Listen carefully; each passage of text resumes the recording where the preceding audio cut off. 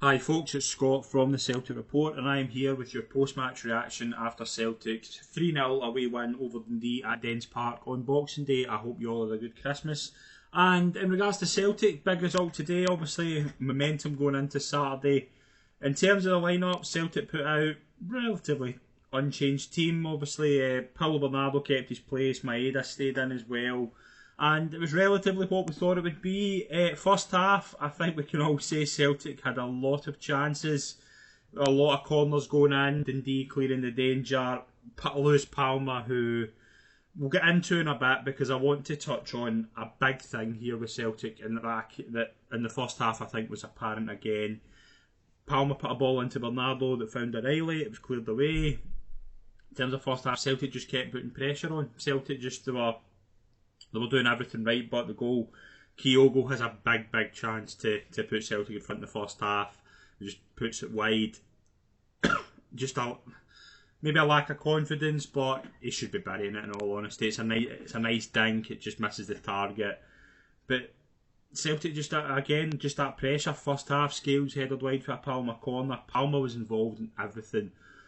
Lewis Palmer, there was a stat come up at half time. Obviously, Celtic, I think, had something like 18 shots in the first half.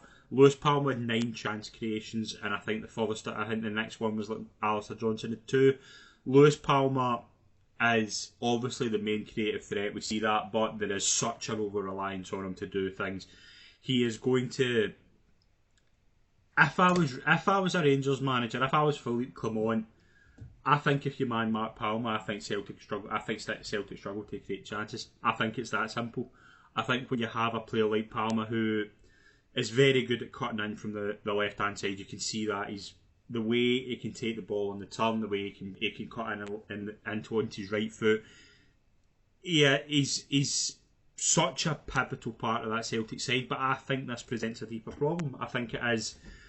When you have a player like Palmer, you can get away with it against teams like Dundee. You can, no disrespect to Dundee, but if you're coming up against a Rangers side, and the Rangers' right side of defence isn't great, we know that, but all it takes is somebody to sit on Palmer, and I think Celtic's chance creation will drop dramatically. So I think this is something that needs to be addressed badly, the reliance on Palmer. Palmer's a good player, very good player, but when you're relying on somebody as much as Celtic rely on Palmer in the first half, then I think it presents a deeper problem in terms of squad depth. Celtic just keep knocking on the door first half, just do not get the breaks. And people will say it was terrible. It was terrible football. Wasn't. Celtic played some really good stuff. It just there wasn't the reward. If there was a goal in that first half, I think we'd be saying that was a brilliant first half from Celtic. I think because Celtic fans the past 2 years have had such a Celtic, the way it was gung ho first half, and you would usually get the reward. I think there is a bit of anger, but in terms of first half, I think in terms of playing football, I think Celtic played well, but just didn't get the rewards. Celtic were getting there 52 minutes and they finally got the breakthrough. Again, Palmer involved, plays a lovely pass into Paulo Bernardo. Weird goal, it's as if it takes 2 touches off him. Doesn't really, can I explain the story? You need to see this goal to understand what I'm talking about. It goes through the goalkeeper's leg, the goalkeeper should do better. But first goal for Paulo Bernardo in Celtic colours. I thought Bernardo was good today. I would say Bernardo and Palmer, 2 best players in the park. Bernardo, I thought he controlled the midfield well. Does he start against Rangers? I'm not sure, because I think there needs to be a bit of balance in that midfield from a defensive end. I don't know if Bernardo brings that. But he did play Bernardo in Champions League games, so he could throw him in. I think he'd done his chances no harm today. It just worries me that balance in the midfield. Would it be right against a Rangers side, who again might not have a brilliant midfield themselves, but they're going to be able to control that midfield if there's no kind of defensive grit in there. One big miss in Saturday, if he's out, is Cameron Carter-Vickers. He went off injured. Again, he's just been stop-start this season. Is it a rushing back because Celtic Brendan Rodgers doesn't really trust who's there? I'm not sure, but I think that's maybe the 3rd time. Clearly not 100% fit, but he seems to be getting rushed back. Now, he is going to be a massive miss if he's out on Saturday, because the one thing about Carter-Vickers is the way he controls a game. Rangers front line are scared of him, and that is a reality. If Cameron Carter-Vickers is in there, Celtic have a presence. Celtic have a presence that the Rangers front line don't like. and I think he'd be a massive miss. Celtic just keep going. Taylor has a shot that's blocked. Bernardo obviously scores. It's a weird goal. You do need to watch it. Yang and O came on for Maeda and Kyogo. Maeda I thought was a bit erratic today as well. Kyogo just lacked the goal. If he got a goal, I think we would be saying about a brilliant performance. They need a chance. Palma again puts a corner in. O'Reilly I thought was quite quiet again as well. And 10 minutes from time, Palma went off and Mikey Johnston comes on. 10 minutes to go. Who would have thought Mikey Johnston would have been involved the way he was? He scores the second goal. Nice bit of play, cuts in from his right to the right hand side. Nice finish. Big goal for Mikey Johnston. Oh, again had a big chance as well. But then Mikey Johnston isn't done. He makes it 3-0. Again, another nice bit of play.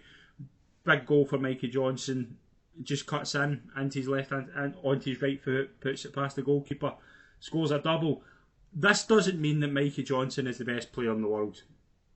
Now people will say, "Oh, he needs to start on Saturday." No, he doesn't. Just because he scored two, he's a player. If he can do that when he comes on, yeah, fair enough. But he's going to do that against teams like Dundee, Livingston, things like that. Mikey Johnston, just because he scored a double today, people can't say Mikey Johnston's Celtic class. Big game for him, big occasion. Hope he enjoys the adulation he gets for today. But in terms of a long-term prospect, Mikey Johnston cannot play a part at Celtic. And I think it just summed up a weird day. It was a good performance. It was good football. There was positives to take.